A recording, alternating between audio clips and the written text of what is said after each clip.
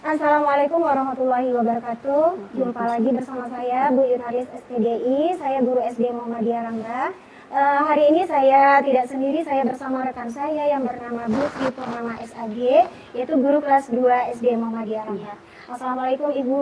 Waalaikumsalam warahmatullahi wabarakatuh. Ya, bagaimana kabarnya hari ini Bu? Alhamdulillah sehat. Baik Bu, hari ini kita akan melakukan percakapan pra-observasi ya Bu. Yang mana percakapan ini dilakukan sebelum saya akan nanti masuk ke kelas Ibu ya. Iya, baik. Untuk melihat kegiatan pembelajaran anak atau melakukan supervisi. Baik. Langsung saja, adapun tujuan dari percakapan di sini, saya ingin mengetahui ataupun mengevaluasi jalannya proses pembelajaran yang akan Ibu laksanakan nanti di kelas. Kemudian percakapan pra-observasi ini dilakukan pada awal persiapan sebelum Ibu melakukan kegiatan agar nanti pembelajarannya lebih baik lagi terhadap peserta didik, agar lebih paham lagi tentang pembelajaran yang kita ajarkan di kelas. Iya, baik. Baik, di sini saya akan mengajukan beberapa pertanyaan yang ingin saya tanyakan kepada Ibu Sri, yaitu tentang tujuan dari pembelajaran yang akan Ibu sampaikan nanti di kelas seperti apa. Baiklah, tujuan dari pembelajaran yang akan saya sampaikan ketika di dalam kelas esok, yaitu yang pertama, murid mampu mengidentifikasi bentuk bangun ruang, balok, dan kubus secara terperinci. Yang kedua, murid mampu menyajikan berbagai contoh bentuk bangun ruang, balok, dan kubus secara terperinci. Inilah yang pertama itu tadi kan kita akan menjelaskan terlebih dahulu sampai murid itu paham bagaimana itu bentuk bangun ruang, yaitu berupa balok dan juga kubus. Setelah itu mereka harus paham juga nanti benda-benda yang menyerupai bentuk bangun ruang itu yang seperti balok dan juga kubus. Oke, berarti tujuan pembelajarannya ada dua ya Bu. Yang pertama tadi, murid mampu mengidentifikasi bentuk bangun ruang, balok, dan kubus secara terperinci. Kemudian yang kedua, murid mampu menyajikan berbagai contoh bentuk bangun ruang, balok, dan kubus. Kemudian di sini ada lagi pertanyaan kami yang kedua, yaitu tentang area pengembangan yang hendak Ibu capai nanti di kelas seperti apa? Iya, area pengembangan yang hendak saya capai di kelas nanti yaitu yang pertama, murid dapat belajar dengan aktif. Yang kedua, murid dapat percaya diri dalam menyampaikan pemahamannya tentang bangun ruang ketika telah dijelaskan tadi. Dan yang ketiga, kegiatan pembelajaran mencerminkan diferensi konten dan proses. Yang keempat, mengembangkan kemampuan sosial emosional dalam menghadapi keberagaman setiap murid.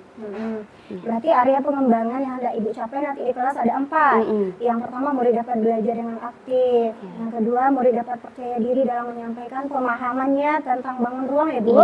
Yang ketiga, kegiatan pembelajaran mencerminkan diferensiasi konten dan proses. Yang keempat, mengembangkan kemampuan sosial emosional dalam menghadapi keberagaman setiap murid.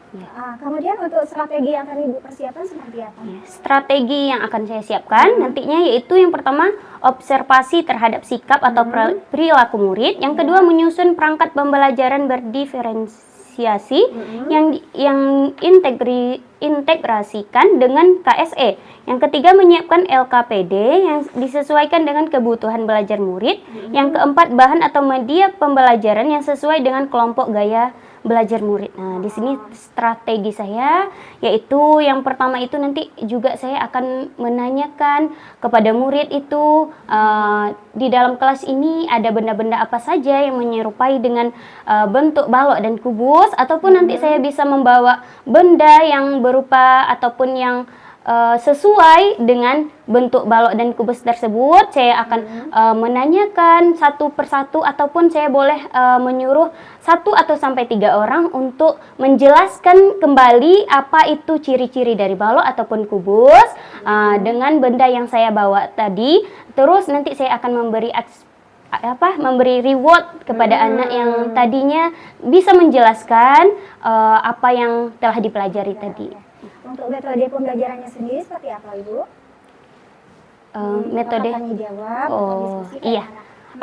Boleh nanti awalnya akan saya adakan tanya jawab untuk memberi reward kepada siswa yang betul-betul dia itu telah paham dengan bagaimana ciri-ciri balok dan kubus. Dan untuk secara keseluruhan saya akan memberi nanti soal latihan yang ada di buku cetak yang telah kami pakai selama ini. Baik, berarti di sini strateginya ada 4: observasi terhadap sikap dan perilaku murid, yang kedua menyusun perangkat pembelajaran yang berdiferensiasi ya Bu, yang ketiga menyiapkan lembar kerja peserta didik ya, yang keempat yaitu bahan atau media pembelajaran. Kalau media pembelajarannya seperti apa nih Bu? Iya, medianya berupa buku, buku cetak yang telah dipakai selama ini kan, seperti biasanya, dan juga nanti ada media-media yang lain yang bisa mendukung proses pembelajaran.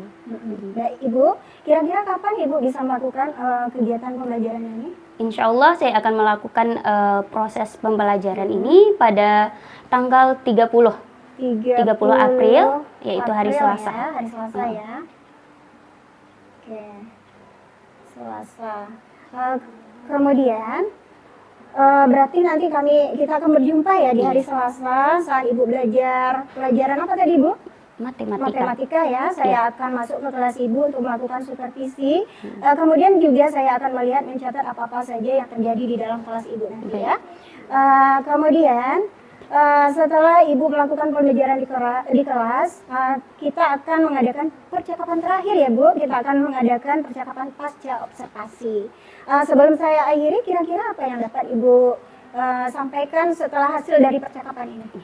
Baiklah, dari hasil percakapan kita ini, alhamdulillah saya merasa ini adalah percakapan yang baik, yang besoknya akan saya gunakan sebagai media ataupun ketika saya belajar di kelas besok, sehingga mudah saya belajarnya dan apa-apa yang perlu saya siapkan, juga apa-apa yang kurang dari ini mungkin bisa saya sempurnakan esoknya. Baik Ibu, terima kasih banyak atas waktunya, bincang-bincangnya juga hari ini. Sampai ketemu nanti ya di kelas ketika kegiatan observasi kita di kelas ya Bu. Baik. Demikian percakapan kita pada hari ini yang saya lakukan bersama Ibu Sri ya, Sri Purnama. Untuk selanjutnya kita akan bertemu di kegiatan observasi dan pasca observasi. Demikian kegiatan hari ini. Wassalamualaikum warahmatullahi wabarakatuh.